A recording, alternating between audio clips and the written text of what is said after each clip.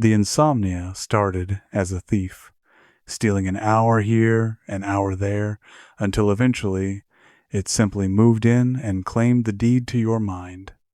You haven't slept, truly slept, since the accident. Since the fire took the house and left you with burned scars across your left shoulder and a psyche fractured like tempered glass. That is why you are here.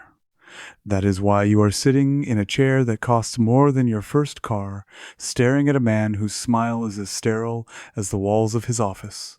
Dr. Eris Thorne, the savior of the subconscious. The concept is simple, Thorne tells you. His fingers steepled. Trauma replays itself because the brain is trying to solve a puzzle that has no solution. The nightmares are merely the friction of that failure. My compound, Rubedo, doesn't just suppress the dream. It chemically cauterizes the bridge between the conscious mind and the dark cellar of the subconscious. You will not dream. You will simply switch off.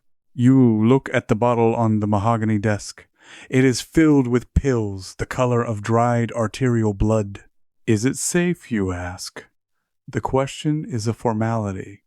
You would drink bleach if it promised 8 hours of silence. It is the future, Thorne answers. We start the trial on October 14th. You sign the papers.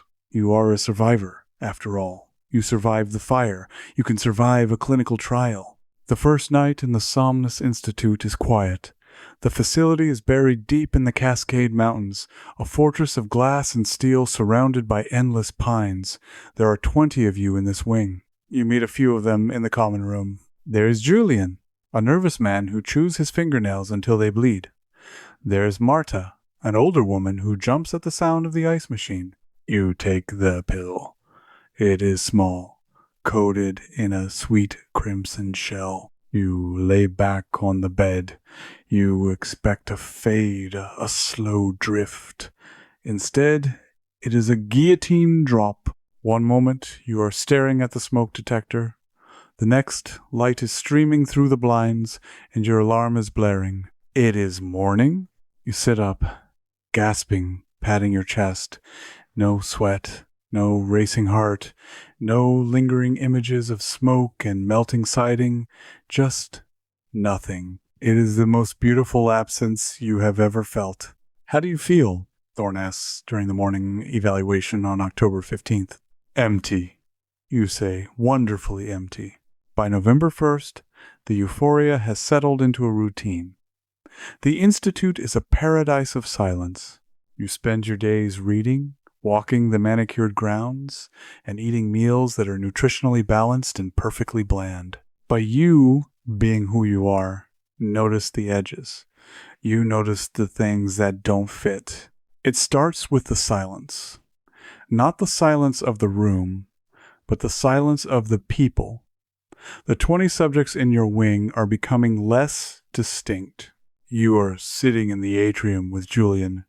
He isn't chewing his nails anymore. His hands rest on his knees. Perfectly still, he is staring at the fountain in the center of the room. Sleeping well, Julian, you ask? He doesn't blink. It takes him 4 seconds to turn his head toward you. His eyes are wide, the pupils dilated so much that the brown of his irises is merely a thin ring around a black void. There is no bottom, Julian says. To the fountain, you ask? To the sleep, he replies. His voice is flat. It lacks the tremor of anxiety that defined him weeks ago. It is a straight line down. You feel a prickle of unease on the back of your neck, the old survivor instinct waking up. You look around the room. Marta is knitting, but her needles aren't moving. She is holding them crossed, staring at the yarn. Are you okay, Julian? He smiles, but the smile doesn't reach his eyes. It is a muscular contraction, nothing more. I am resting, finally. That night, you hesitate before taking the red pill. You look at it in your palm. The color seems to pulse. You swallow it anyway. The fear of the nightmares is still stronger than the fear of Julian's dead eyes. November 12th. You wake up, but for the first time, you don't feel rested. You feel scraped out, like a fruit that has been hollowed, leaving only the rind. You walk to the cafeteria. The Institute is strangely quiet. Usually, there is the hum of conversation, the clatter of silverware. Today, there is only the hum of the ventilation system. You enter the dining hall. 12 patients are seated at the long tables. They are not eating. They are not talking. They are all facing the same direction toward the large window that overlooks the forest. You freeze in the doorway. Hello? 12 heads turn in unison. The movement is synchronized, mechanical, like the ticking of a clock. Julian is there. Marta is there. They look at you, and you realize with a jolt of horror that they are not looking at you, they are looking through you. The doctor wants to see us. You lie, just to break the silence. Marta opens her mouth. Her jaw unhinges slightly too wide. You can't keep me asleep. The voice isn't hers. It is deeper, raspier. Then Julian speaks. You can't keep me asleep. Then the man next to him. Then the woman at the end of the table. They don't speak over each other. They speak in a perfect chorus, a single voice coming from 12 throats. You can't keep me asleep. You back out of the room, your heart hammering a frantic rhythm against your ribs.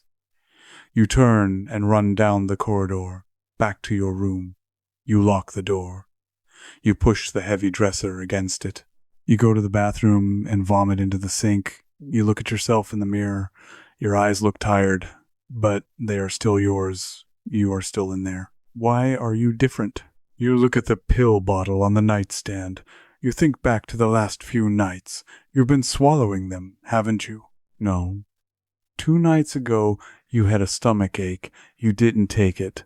Last night, you dropped it and couldn't find it under the bed, so you just went to sleep without it. The drug has a half-life. It's leaving your system. That is why you are scared. Fear requires a subconscious. Fear requires imagination. They have neither. November 20th. The staff is disappearing. You haven't seen the night nurse in 2 days. Dr. Thorne is the only one you see regularly, and he looks like a man haunting his own life. His lab coat is wrinkled. His eyes are bloodshot. He summons you to his office. He doesn't sit behind his desk this time. He is pacing. You're not taking the medication, Thorne says. It's not a question. It makes me feel sick. You lie. Thorne stops pacing. He looks at you with a mixture of pity and terror. You have to take it. You don't understand what's happening. What is happening, doctor? Why are they all repeating the same thing? Thorne laughs, a brittle, cracking sound. I thought I was sealing the door. I thought I was bricking up the basement so the monsters couldn't get out. But I didn't brick it up. I removed the foundation. He walks to the window, looking out at the exercise yard. The patients are standing there in the rain. They are not moving. They are just standing, facing the building, facing this window. The subconscious isn't just a trash can for trauma, Thorne whispers. It's the anchor. It's the soul. When you chemically excise it, you leave a vacuum. Nature abhors a vacuum. If the self isn't there to occupy the vessel, something else will. What do you mean, something else? Thorne turns to you. They aren't dreaming anymore. But something is dreaming through them. He reaches into his pocket and pulls out a handful of red pills. He shoves them into his mouth, chewing them dry. Red paste smears on his teeth. You can't keep me asleep, Thorne whispers. But he says it with tears in his eyes. He is trying to overdose. He is trying to hide in the nothingness before the change takes him. You back away toward the door. I'm leaving. You can't leave, Thorne says, his voice beginning to flatten, the emotion draining out like water from a tub. The gates are locked. We are all resting now. You run. December 5th. You are hiding in the maintenance sub-basement. It is the only place they don't go. The hollows, that's what you call them, don't like the dark. They crave the light. They stand under the fluorescent tubes in the hallways, staring up at the buzzing bulbs, drinking it in. You have a flashlight, a heavy wrench, and a stash of protein bars you stole from the pantry. You have stopped taking the pills entirely. The nightmares have returned with a vengeance. You dream of the fire. You dream of burning skin, but you welcome it. The pain tells you that you are you. The terror is a confirmation of your identity. You need to escape. The main gates are electrically locked, but the service tunnels might lead to the drainage outflow in the forest. You move through the dark tunnels. The pipes drip water onto the concrete. Drip, drip, drip. You hear a sound ahead, a shuffling. You shine your light. Julian is standing in the tunnel. He is wearing his pajamas, now stained with grime. He is barefoot, his feet are bleeding from walking on the rough concrete, but he doesn't seem to notice. Julian, you whisper. He tilts his head. The movement is avian, sharp and jerky.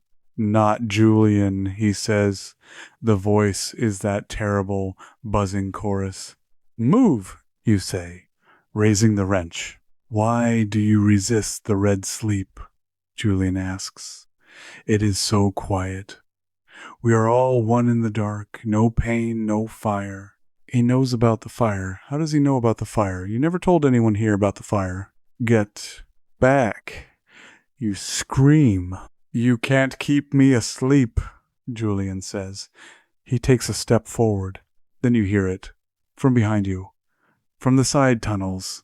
Echoing off the wet walls. You can't keep me asleep. You can't keep me asleep. They are all down here. They have been waiting for you. You swing the wrench. It connects with Julian's shoulder with a sickening crunch of bone. He doesn't scream. He doesn't even flinch. He just looks at the broken limb with mild curiosity, as if it belongs to a mannequin. You shove past him, sprinting into the darkness. You hear them following. They don't run. They walk. A relentless, synchronized marching, slap, slap, slap, bare feet on wet concrete. You find the grate.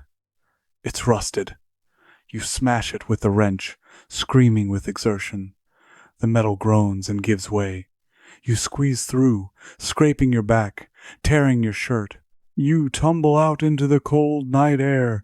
You are in the ditch outside the perimeter fence. The rain is freezing. It hurts. It is the best thing you have ever felt. You scramble up the embankment and run into the pines.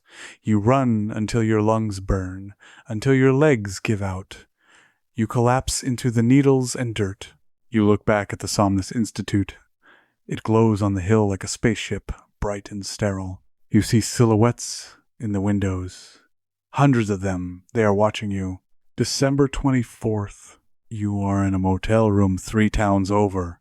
You haven't slept in 3 days. You are afraid to close your eyes. You have the TV on full volume. You have the lights on. You have a chair propped under the handle. You thought you escaped.